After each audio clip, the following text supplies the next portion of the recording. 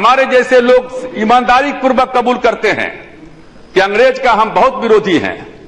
लेकिन इस देश में यदि अंग्रेज नहीं आया रहता तो इक्वलिटी बिफोर लॉ, अछूतपन, ये जो क्या कहते हैं, जो सबको जो है समान अधिकार के लिए हम लोगों को बहुत काफी दिनों तक झगड़ा करना पड़ता, लड़ना पड़ता। अंग्रेज ने सारे कुरीतियों में से बहुत कुरीति को उन्होंने खत्म करने का काम किया, एक सिस्टम देने का काम किया। बाबा साहब अम्बेडकर ये पूना पैक्ट, बहुत लोग कहते हैं आरक्षण आरक्षण आरक्षण क्यों हो, मैं उस पर बाद में आऊंगा,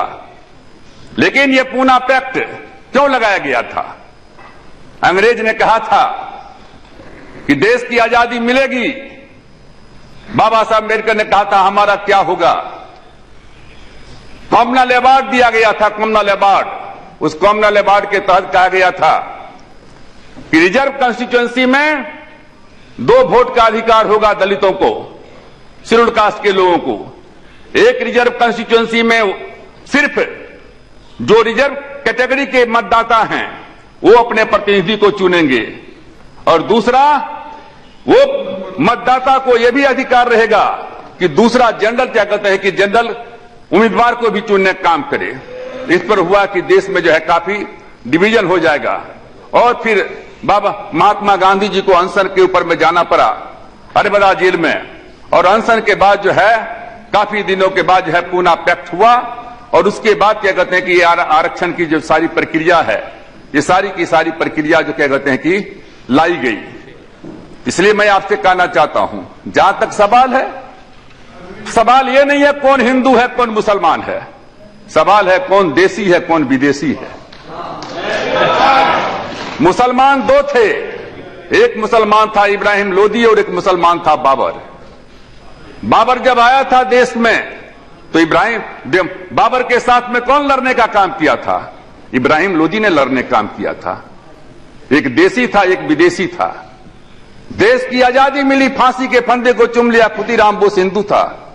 फांसी के फंदे को चूम लिया सरदार भगत सिंह सिख थे, फांसी के फंदे को चूम लिया इस्फाकुल्ला खान मुसलमान था। इस्फाकुल्ला खान ने कहा था बिस्मिल का वो लाइन कि सरफरोशी की तमन्ना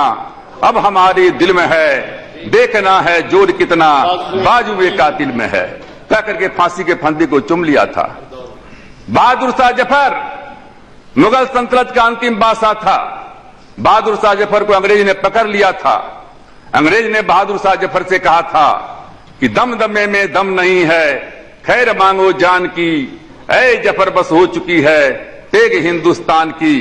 तो बहादुर शाह जफर ने अंग्रेज से कहा था कि हिंदियों में बू रहेगी जब तलक ईमान की, तख्त लंदन तक चलेगी तेग हिंदुस्तान की। और बहादुर शाह जफर जब मरने लगे तो बहादुर शाह जफर ने लिखा कि कितना है बदनसीब जफर, दफन के लिए 2 गज जमी भी ना मिला कुएं यार में। इसलिए भाइयों मैं कहना चाहता हूं, ये हिंदू मुसलमान कम्युनलिज्म सेकुलरिज्म ये बहुत हो चुका। आप बताओ आजादी के 66 साल के बाद भी आज दलितों की स्थिति क्या है, आज पिछड़ों की स्थिति क्या है, आज मुसलमानों की स्थिति क्या है, आज गरीबों की स्थिति क्या है। हमने कहा था यहां हुकुमदेव भाई बैठे हुए हैं, डॉक्टर लोहिया, डॉक्टर राम मनोहर लोहिया, हम लोग कब से नारा लगाते थे, संयुक्त सोशलिस्ट पार्टी में थे, उस समय से हम लोग नारा लगाते थे, कहते थे संसो पाने गांधी बांधी गांठ, पिछड़ा पावे 100 में 60, राजपाट है किसके हाथ, अंग्रेजी और ऊंची जात का क्या पहचान, गिटपिट बोले करे न काम, छोटी जात का क्या पहचान, करे काम और सहे अपमान, अंग्रेजी यहां से चले गए, अंग्रेजी को भी जाना है, अंग्रेजी में काम न होगा, फिर से देश गुलाम न होगा, राष्ट्रपति का बेटा हो या चपरासी का हो संतान, बिरला या गरीब का बेटा, सबकी शिक्षा एक समान, करखनिया दामों का कीमत आने खर्च से डौरा हो, अन्न की दाम की घटती बढ़ती आने शेर के भीतर हो, जो जमीन को जोते बोबे वो जमीन का मालिक है, जुल्म करो मत जुल्म सहो मत, जीना है तो मरना सीखो, कदम कदम पर लड़ना सीखो। ये सारा का सारा हम लोग उस समय से लड़ते आ रहे हैं, आज भी क्या कहते कोई चीज चल रहा है। इसलिए मैं उपाध्यक्ष जी मैं आपसे कहना चाहता हूं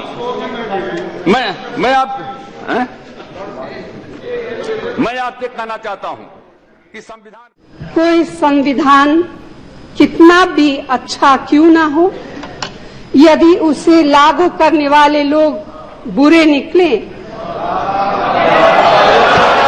प्लीज हम दोनों के लिए